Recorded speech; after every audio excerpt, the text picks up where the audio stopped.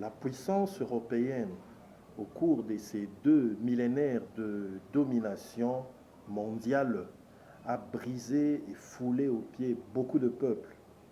Les Juifs d'abord, et nous notons que Israël a été colonisé par les Européens autant que la RDC et d'autres peuples, d'autres pays ont également été colonisés par les Européens. Donc les Juifs d'abord ont été foulés aux pieds par cette nation, les Africains, les Asiatiques de même, et ainsi que les autochtones américains du nord, du centre, du sud de ce continent après sa découverte par Christophe Colomb, donc toute la terre, comme dit la Bible.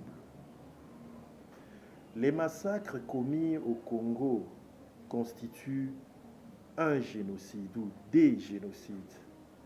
Mais nous voyons qu'aucune institution n'a le pouvoir de sanctionner l'Empire romain ou l'Empire européen.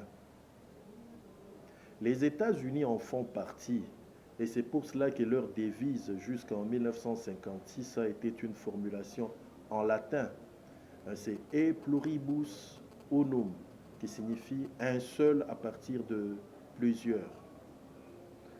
Dans la monnaie américaine ainsi que dans les sceaux officiels des États-Unis se trouvent plusieurs expressions ou plusieurs phrases formulées en latin.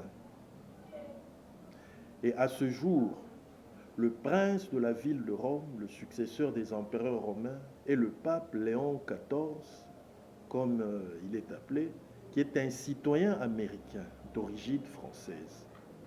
Léon signifie le lion. Donc, la quatrième bête annoncée dans les prophéties bibliques s'est comportée et se comporte jusqu'à ce jour comme la Bible l'a prédit. Et cela continuera jusqu'au retour du Christ qui mettra fin au règne de cette terrible bête. Nul ne peut la détruire avant cela. C'est ainsi dit le Seigneur.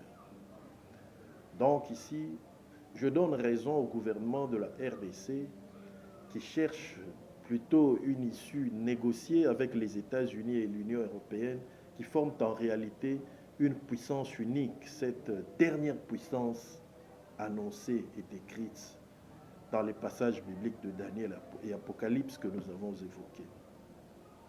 La RDC a choisi la seule voie qui convient pour résoudre le problème de ces minerais convoités par cette grande puissance mondiale, la terrible bête. Il faut faire des concessions et essayer d'obtenir ce que l'on peut par la négociation.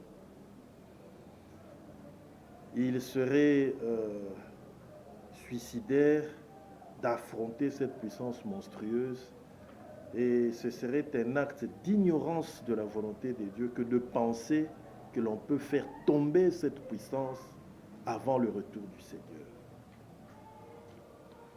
Donc cela peut blesser ce que l'on appelle l'orgueil personnel de certains, mais c'est la vérité.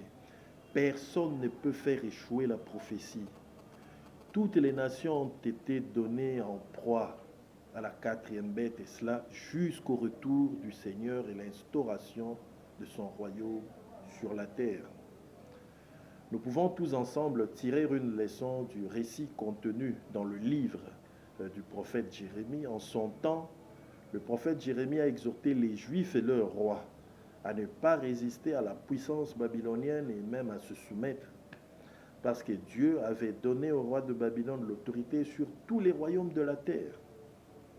Les prophéties de Jérémie ont été rejetées, mais elles se sont finalement accomplies, Jérusalem ayant été prise et détruite par l'armée du roi de Babylone.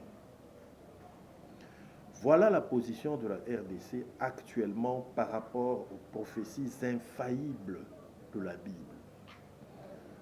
Tout prophète ou songeur qui annoncerait une prophétie contraire à ce que les Écritures ont elles-mêmes déjà dit est un faux prophète ou un faux oint.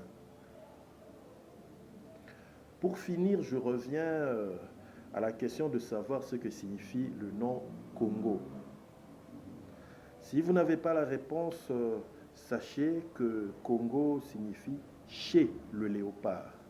Le nom Congo vient d'une expression Congo qui veut dire chez le léopard.